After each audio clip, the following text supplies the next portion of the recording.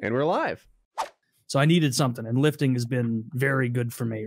Ironically enough, like my diet's been very, very good. I know I made a joke I was still eating. My diet's been great. My lifting's been great. And it's like, I think a lot of it is just like a mentality that I'm trying to force myself to have of like, you need to be fixated on positive things and so much as you can right now. So it's not just a deluge of you know, worry. If you work out hard enough and eat right, you'll cure her. With a little chicken and Brussels sprouts.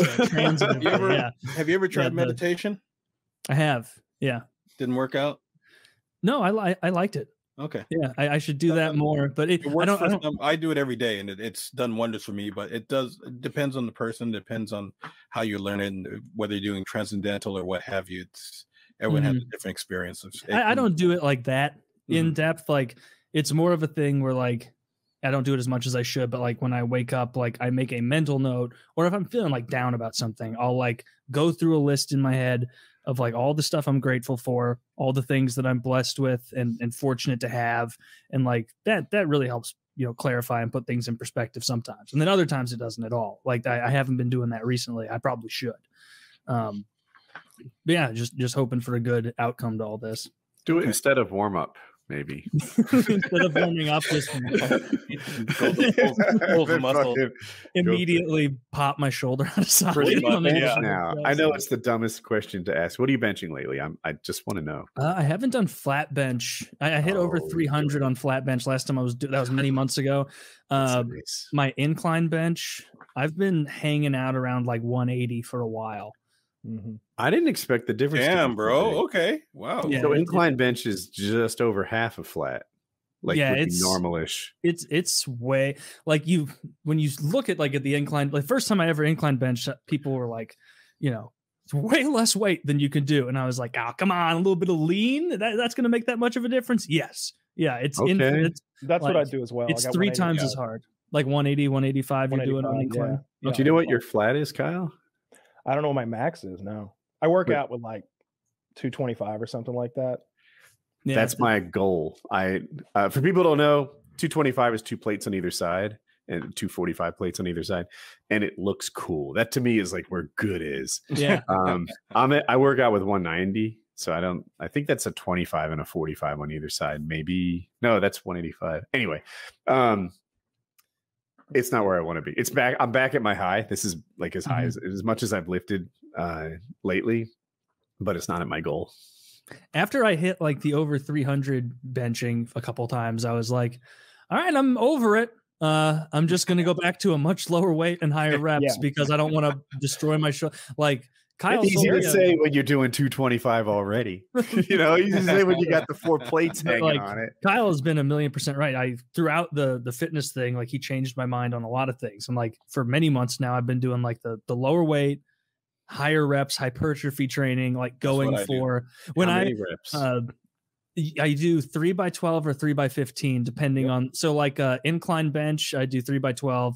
Tricep push down, I do 3x15. Chest pec deck, I do 3x15. I used to do 3x12 of that, but I want to push it. 15 on pec deck. You do that?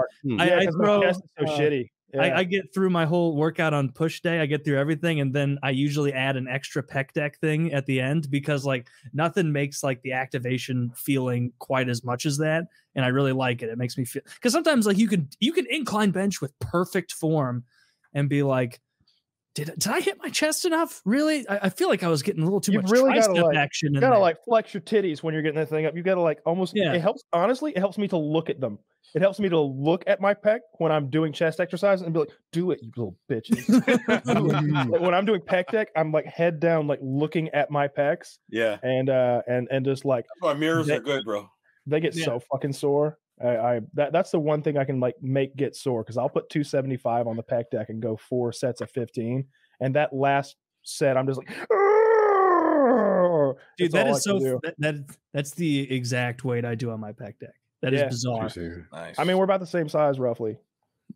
I got a whole bunch of gabagool and nonsense in my midsection. You know, I mean, we get that gabagool gone in like 60 to 90 days, and you could be lean as a fucking. You could be dick skin tight.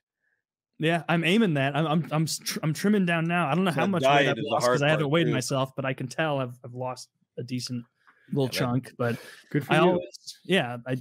Are you meal prepping or just regular? You said you were. Are you? What is it? You don't use Chronometer. What do you use? I use my Fitness-Pal. Yeah, that's what it is. I don't like prep the meals or anything, but like I have a food scale, so I weigh everything. We did like burgers the other night. No, it was just last night. My wife made some burgers with like the 97.3 ground bison or whatever, and then these like keto buns that are 70 calories, 10 grams of protein. And I mean, it's not the same as a real good bun, but it's better than you would think.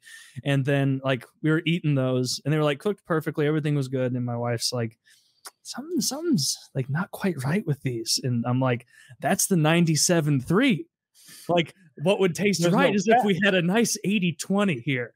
And we're like, 85-15, whatever it is. But I did I saw one of those tubes you were talking about at the grocery store yesterday, Kyle. It was 70-30,